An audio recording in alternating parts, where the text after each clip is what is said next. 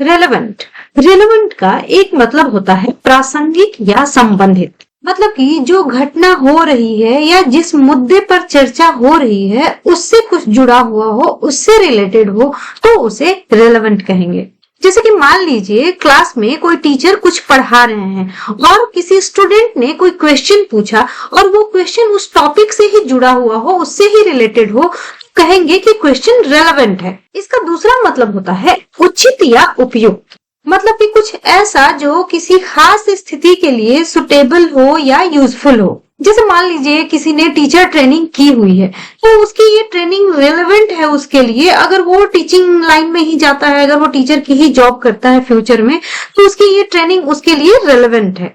जैसे कि पुराने समय में राजा रानी होते थे, उनका एक राज्य होता था। अब वो आज के समय के लिए ये जो राजा रानी वाला जो सिस्टम है वो रेलेवेंट नहीं है। आज के लिए वो चीज उचित नहीं है, उपयुक्त नहीं है। Examples, your comments are not relevant to the topic we are discussing. यहाँ relevant का मतलब है जुड़ा हुआ या प्रासंगिक। तो जिस टॉपिक पर हम चर्चा कर रहे हैं तुम्हारे कमेंट्स उससे जुड़े हुए नहीं है, उससे संबंधित नहीं है।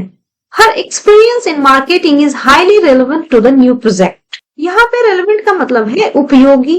तो मार्केटिंग में उसका एक्सपीरियंस इस नए प्रोजेक्ट के लिए बहुत ज्यादा उपयोगी है, इम्पोर्टेंट है।